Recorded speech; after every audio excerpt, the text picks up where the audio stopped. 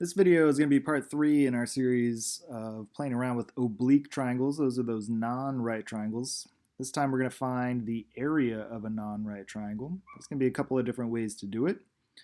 First of all, let's review how we find the area of a triangle. We know our formula from geometry is base times height divided by 2, or half the base times the height.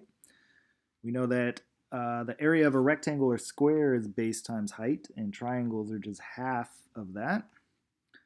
So if we know the base and the height, it's pretty easy. We can go ahead and use that formula. However, in the example problems that we're going to be doing, we're not going to know the height of our oblique triangle. We're not going to know this side length that's perpendicular to one of its bases. So in our first lesson on oblique triangles, we looked at how we could use just some basic right triangle trigonometry to find that height length. So we're going to go ahead and use that again this time. Remember that we can take the sine of angle C and multiply it by this hypotenuse. That'll give us that. Or instead we could use the left right triangle. We could take the sine of angle B and we can multiply it by this hypotenuse. Either way, we get the length of our height. So instead of height in our formula, we can replace it with one or both of these, not at the same time, just one at a time. The base, the side that's perpendicular to our height, is side A, at least in this example. Remember that the base and the height are always the two perpendicular lengths. They always need a right angle there. So our base is A, and our height could be the sine of B times C. So there's our base times height divided by 2. Or instead we could just use some different parts of our triangle. We could take our base A times B times the sine of C. That would be base times height divided by 2 again. And then knowing that those two patterns work, hopefully we can assume that this third case would also work. Mostly though, rather than memorize those formulas, here's instead how you should probably think about it conceptually. To find the area of a triangle, you're always going to take the product of any two consecutive sides, so any two sides that are next to each other, and multiply that by the sine of the angle that's included or in between those two sides, and then cut it in half. So whether we take C times B times the sine of angle A and cut that in half, or whether we take A times B here times the sine of angle C and cut that in half, or lastly, we could do the sine of angle B times sides C and A and cut that in half. Either way, we would get the area of the triangle. So those pieces that are given to us that work in that formula would be a side angle side example. And if we're given those pieces in a triangle, well then all we have to do is follow these formulas, and it's pretty straightforward. Again, make sure that your calculator is in degree mode and not in radian mode, otherwise it'll mess it up. So since we have two consecutive sides here, we'll multiply those two things together. We'll multiply that also by the sine of the included angle, so the sine of angle 54, and then we'll cut all of that in half. And in this example, the area of this triangle is about 38.8 square feet. Finding area, make sure that you use square units. All right, that's too easy though. So what happens if we're given other cases? What if we're given pieces that are angle side, or side angle, or angle side angle, or even side side? We'll get to that in a minute. Side is going to require that we use a new formula called Heron's formula. So we'll get to that last. All right, if we are given parts that describe either of these scenarios right here, what we're going to end up having to do is use the law of sines or cosines to figure out some of those parts that are needed for our formula. Again, for our formula for area, we need two consecutive sides and the angle in between. So if we're not given those pieces, then we're going to have to use the law of sines or law of cosines to find the pieces that we need. All right, so for example, if we are given angle side here, notice that we would either need side E over here and then we would have the 3 pieces needed to find the area of that triangle. Or if we know angle E and side D, well, we could use those 3 pieces. Or the last way we could do it is use angle F and side E and D. Notice that we don't have side E or D, so that last method would probably be the most steps required. You could do it if you would like, though. I'm going to go ahead and solve for side E. In order to do that, though, I need angle E. And luckily, I already have 2 angles in my triangle, so I can use the angle definition of a triangle to find that last angle. Just take the sum of the 2 angles that we know so far and subtract that from 180 to figure out what's missing. So angle E is 44 degrees.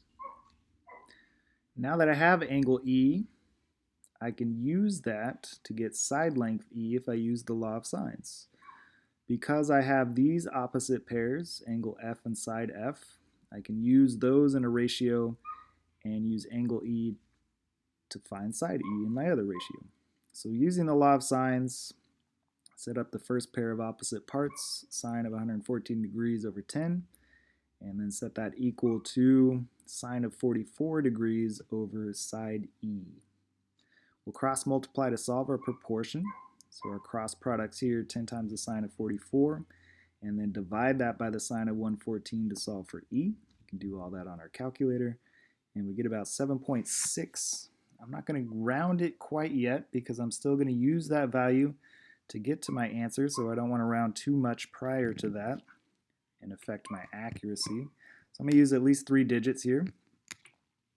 Now that I have side E and I have side F here, I have 2 consecutive sides and the angle in between. I have the pieces needed to find the area of this triangle. So let's multiply our 2 consecutive sides. Let's multiply by the sine of the included angle, and let's cut it in half. A common mistake that certainly happens is that we do all this work and we forget to divide by 2. So if you're not quite right, double check that you did that step. I sometimes forget to do it. So the area of this triangle is about 14.3 square centimeters.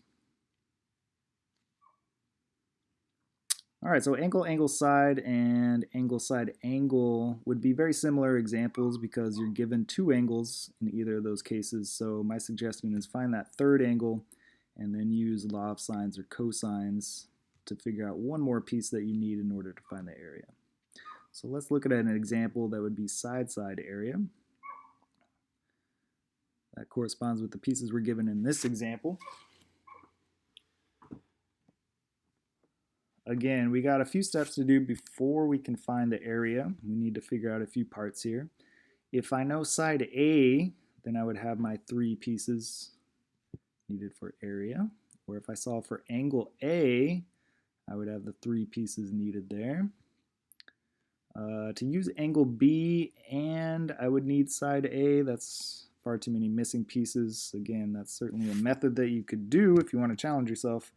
It's not the shortest method by far, though. So I'm going to go ahead and I'm going to solve for angle A. And then I'll be able to use these 2 sides on either side of that angle to find the area. In order to solve for angle A, though, I would need this side A, which I don't have. So what I need to do is I need to solve for an angle that I do know an opposite side for. So angle B and side B correspond. I can use those in addition to these 2 corresponding sides, and I can use the law of sines to figure out angle B. That way, if I know 2 angles in my triangle, I can figure out my third angle. So using the law of sines, my first ratio of 2 opposite parts, sine of 40 degrees over side 12. Set that equal to sine of angle B over side 9 here. Cross multiply to solve. So when we cross multiply, we get 9 times the sine of 40, and we're going to divide by 12, but that's going to give us the sine of angle B, not the measure of the angle. So in order to find the measure of the angle, I'm going to use inverse sine of that equivalent ratio. And again, we can do that all on our calculator, or you could take it step by step. The measure of angle B is about 28.8 degrees. But again, this is not my answer, so I don't want to round. I want to leave at least 3 decimal places here. Now I'm going to take my two angles that I know, angle C and B, find their sum and subtract that from 180 to find angle A. So now I get angle A is about 111 degrees. But again, I'm not done, so I don't want to round. I'm going to again use up to 3 decimal places here and plug it into my area formula. Now I got my 2 consecutive sides and I got the angle in between. So let's multiply 9 times 12 times the sine of 111 degrees, cut it in half, and we get the area of this triangle to be about 50.4 square meters. All right, so we're almost done. Side angle side was pretty straightforward. If we have angle, angle side, side side angle, or angle side angle, we know now that there are additional steps required. Our last case is going to be side side side, and we're going to introduce Heron's formula in order to do it. Heron's formula may look a little complicated at first, but I promise you it's certainly not harder than what we just did. There is a new variable in this equation. S is going to represent half of the perimeter of the triangle. So that would be our first step, is find the perimeter and cut it in half. The variables A, B, and C are just representing our 3 side lengths, and it doesn't matter which is which. So here we're given an oblique triangle with 3 sides. Let's find our perimeter first, add up all 3 sides. Let's cut it in half to get our S value. So we find our perimeter and cut it in half, we get about 11. That's what we're going to plug into each of our S variables there. For A, just pick a side. I'm going to choose 5 for A. For B, choose another side. I'm going to choose 8. And then for C, choose the last side that you haven't used. So I'll use 9 in that spot. Simplify underneath the square root first. Let's do our subtraction. Let's do inside our parentheses. So 11 minus 5 is 6, 11 minus 8 is 3, 11 minus 9 is 2. Now we can use our multiplication here, multiply everything together, we get 396. Now we can square root it, and that's going to give us our final area of about 19.9 square yards.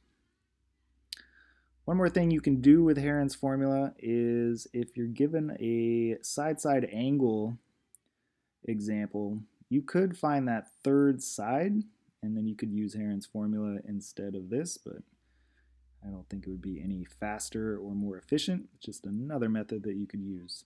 So plenty there to practice finding the area of triangles based on the information given.